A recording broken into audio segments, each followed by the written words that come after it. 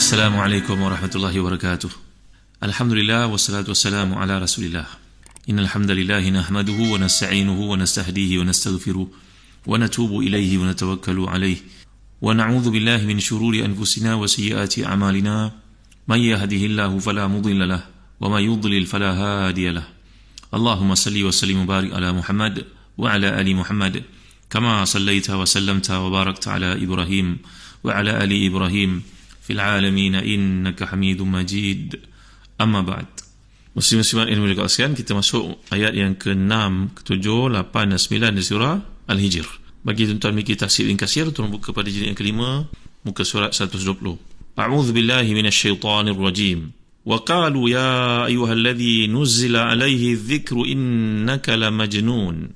Law ma ta'tina bil malaikati in kunta minas sadiqin. ما ننزل الملائكة إلا بالحق وما كانوا إذا منظرين إنا نحن نزلنا الذكر وإنا له لحافظون.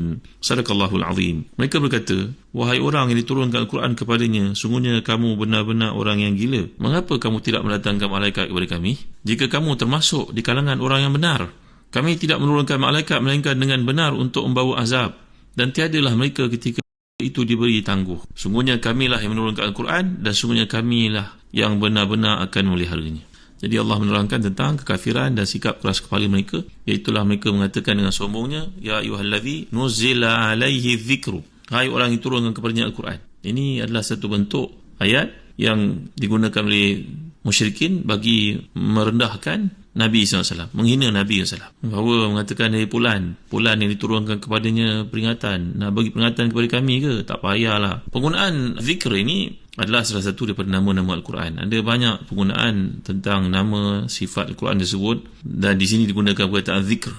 Ini adalah satu petunjuk kepada kita yang mengisyaratkan bahawa golongan kafirin ini mengetahui bahawa sungguhnya yang dia bawa dalam Quran ini merupakan peringatan-peringatan menakutkan mereka. Kita telah pelajari pada kuliah yang lalu beza penyebutan kitab dengan Al-Quran. Al-Quran itu merujuk kepada satu benda yang dibacakan, dihafaz. Jadi kekal dalam hati orang yang beriman. Berbeza daripada Alkitab. Alkitab ni satu yang bertulis. Al-Quran satu yang dibaca, dan telah saya huraikan pada kuliah yang lalu, bacaan yang paling sempurna yang merujuk kepada kitab Allah ini. Sekarang mereka menyebutkan salah satu daripada nama Al-Quran itu dalam arti kata nak mengherdik, menghina, merendahkan, menyatakan kepada Nabi SAW, kerana berkaitan dibuat dengan zikir ini dengan perkataan junun selepas itu. Hai orang turunkan Al-Quran kepadanya, makna yang mengaku diturunkan Al-Quran kepadanya. Innaka lamajnun, sungguhnya engkau ni benar-benar orang gila. Kerana dalam seruanmu mengajak kami ni, kamu telah pun mengatakan apa yang datuk nenek moyang kami buat sama ni merupakan kesalahan. Kamu yang tak betul, bukan kami. Begitu maksud yang dikehendaki. Jadi kalau kita lihat dari bahasa yang digunakan di sini, lauma ta'tina bil malaikati in kunta minas sadiqin. Lauma ni merupakan salah satu daripada kata ataupun kataan yang merujuk pada tahdid. Tahdid ni apa tuan-tuan? Ini merupakan satu, kalau kita belajar bahasa Arab, dia sama dengan perkataan halla. Kalau halla ni pernah kita pelajari dulu, dia ada dua perkara, satu tahdid, satu imtina'. Dulu masa kita belajar surah Yusuf, kalau tuan-tuan masih ingat, bila Allah menyebutkan perkataan tentang laula ra'a burhan rabbi. Laula ni berbeza daripada lauma, iaitu kalau kita lihat perkataan ini merupakan satu tahdid. Ni apa saya nak sebut dalam bahasa Melayu? Ini merupakan satu dorongan. Jadi kalau tahdid ni tidak diikuti melainkan oleh kata kerja, sama ada secara zahir ataupun tersirat. Tapi kalau huruf imtina', contohnya laula, ini merupakan penegahan. Ni merupakan harfu imtina', dia merupakan penegahan kerana adanya sebab, yang telah kita pelajari dalam surah Yusuf yang lalu. Jadi kalau laula ni mesti diikuti oleh satu kata nama, isim lah, sama ada secara lafaz ataupun secara tersirat, seperti yang kita telah jelaskan sebelum ni. Jadi para ulama' ni sebenarnya bersisir pendapat tentang, para ulama' lughah lah, beza pendapat tentang lauma ni, adakah merupakan kata tunggal, dipanggil basit, ataupun dia murakkab. Kata Imam Zamakhsyari, lau ni kadang-kadang digabungkan dengan la, kadang-kadang dengan ma, bagi dua makna yang berbeza.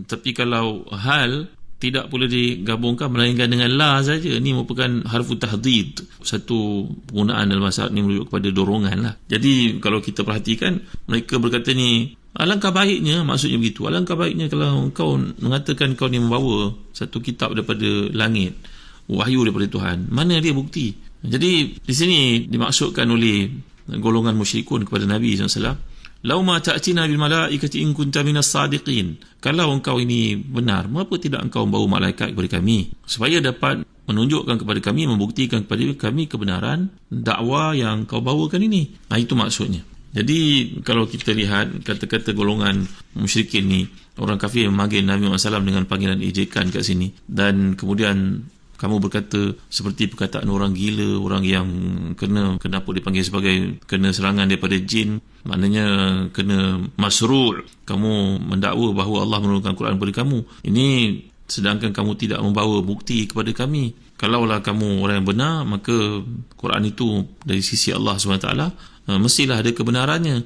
Kebenaran yang kami terima pada ketika ini adalah kamu membawa kepada kami pembuktian, iaitulah datangnya malaikat bersama dengan kamu memandangkan Quran ini begitu berat, maka patutlah dibawa malaikat untuk membuktikan kebenarannya. Jadi ini dalam konteks ini Allah memberi tahu kepada kita, memberi satu informasi bagaimana golongan musyrikin dan orang yang sesat ni, mereka berkata dengan nada mencemu, dengan mengatakan bahawa Nabi ni seorang yang tidak waras. Kamu menyeru kami untuk mengikutimu, padahal kami telah pun memiliki satu yang patut kami banggakan, datuk nenek moyang kami. Kalaulah kamu ini benar-benar perutusan daripada Allah SWT, mengapa tidak mendatangkan malaikat kepada kami? Malaikat tu yang akan memberi persaksian kepada kejujuran kamu dan keabsahan apa yang kamu bawa, mendukung dan membantu kamu dalam menyampaikan peringatan ni. Tak adalah kamu kena hina dengan kami seperti pada hari ini. Jadi ini kata-kata yang telah pun dikemukakan oleh golongan musyrikin kepada Nabi kita SAW.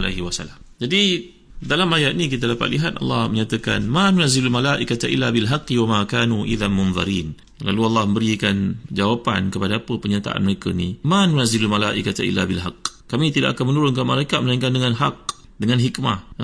Waktu ini tidak ada hikmahnya kedatangan malaikat kepada kamu untuk kamu lihat dengan mata kasar, kerana kamu tidak akan mampu untuk melihatnya. Nabi kita SAW pun ketika melihat Jibril dalam rupa parasnya yang asli, waktu pertama kali berada di Gua Hira itu, melihatnya, menyampaikan wahyu, ketakutan yang amat sangat Nabi SAW. Mereka bukan daripada bangsa ciptaan kamu, dan dia bukan wujud seperti kamu. Mereka diciptakan daripada nur. Telah kita bincangkan dalam surah Yusuf yang lalu. Ma hadza basyara, menceritakan malaikat ni penciptaannya bagaimana. Kemudian datangnya malaikat kepada Nabi dalam rupa apa, pernah kita ceritakan. Datangnya dalam rupa sahabat namanya Dihatul Kalbi contohnya. Jadi permintaan kamu ni untuk didatangi oleh para malaikat yang membuktikan kebenaran dakwah Muhammad sallallahu alaihi wasallam ini, maka itu tidak mungkin berlaku. Malaikat akan datang kepada kamu, ya, pada waktu kamu mati nanti. Maka datangnya malaikat pada waktu itu dalam keadaan memukul belakang kamu. Nanti kita akan lihat bagaimana datangnya malaikat kepada orang beriman ataupun orang kafir ketika mereka mati contohnya. Wa ma kanu idzan munzarin. Seandainya kami menurunkan malaikat, tentu ada penurunan untuk pembinasaan ataupun azab. Ini telah kita lihat dalam surah Al-Ankabut yang lalu, bagaimana turunnya malaikat kepada penduduk kota Sadum sebagai contoh.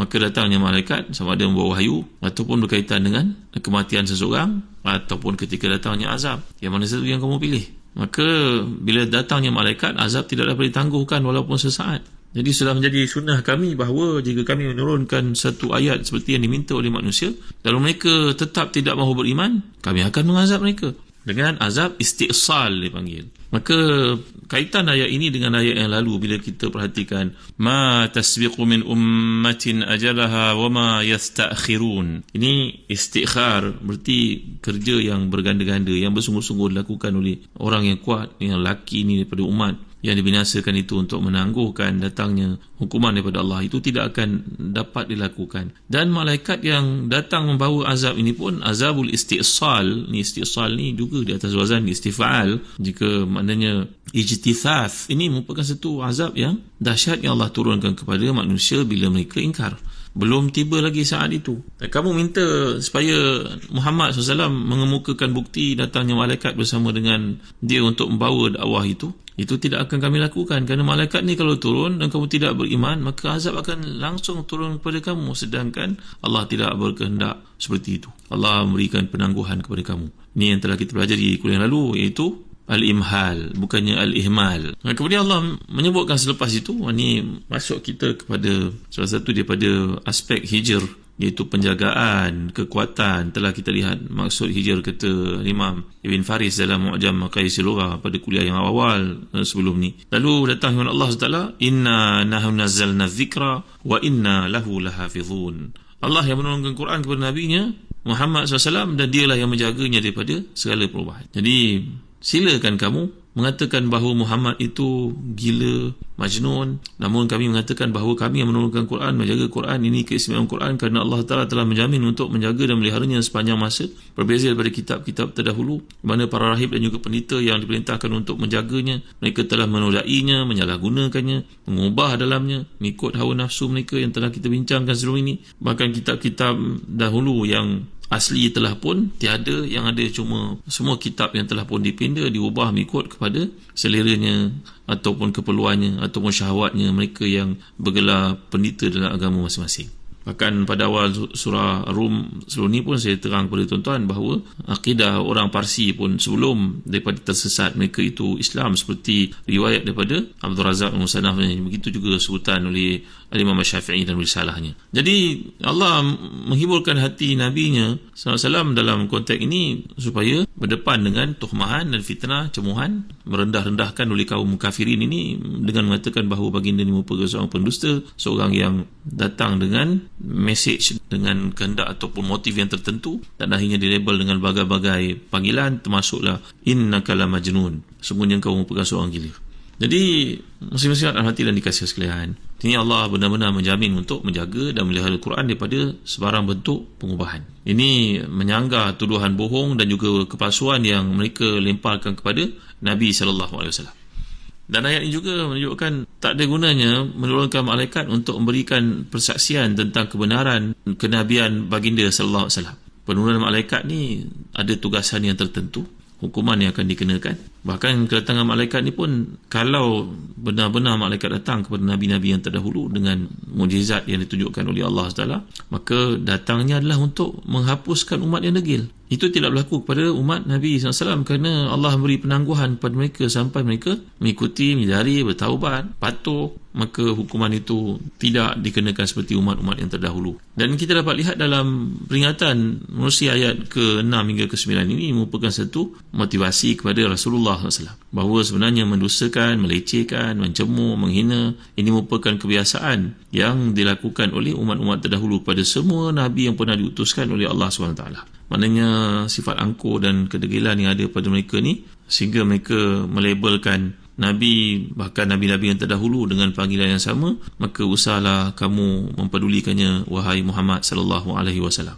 Dalam ayat-ayat yang terdahulu kita telah lihat bagaimana Allah menyatakan dzarhum ya'kulu wa yatamatta'u wa yulhihimul amal fasawfa ya'lamun. Sebab kamu menyampaikan kepada mereka suruhan, perintah, dakwah, tapi mereka masih lagi mengingkarinya, maka biarkan mereka. Jadi daripada awal lagi telah dibuka tirai penceritaan tentang surah Al-Hijr ini, tentang sikap golongan penentang ini, bahawa implikasi dalam dakwah yang kamu lakukan wahai Muhammad SAW ada penentangan seperti itu. Jalankan ia seperti biasa. Mereka yang beriman akan beriman, mereka yang meninggalkan, menolak, mereka tak akan menolak. Baik, insyaAllah kita akan lihat dalam kuliah akan datang bagaimana mula memasuki ke bahagian baru, fasa baru daripada surah Al-Hijr, chapter yang baru, iaitu menceritakan tentang perutusan Nabi-Nabi yang telah dilakukan, telah diutus oleh Allah zaman berzaman, dan apakah tindak balas ataupun reaksi golongan yang berkepentingan daripada zaman dulu. Dia merupakan mewarisi sifat yang sama oleh umat yang terkemudian. InsyaAllah kita akan lihat dalam ayat yang berikut bagaimana Allah telah mengingatkan mereka dengan amaran yang tegas. Kalau dibuka pintu langit, nanti mereka akan mengatakan pandangan kami yang disihir. Semua perkara yang sampaikan tidak kena bagi mereka. InsyaAllah perkara ini akan kita lihat dalam kuliah akan datang. Wallahu alam wa sallallahu ala sayyidina Muhammad wa ala alihi wa sahbihi wa baraka wa sallam. Walhamdulillahi rabbil alamin wa barakallahu fikum. Wassalamualaikum warahmatullahi wabarakatuh.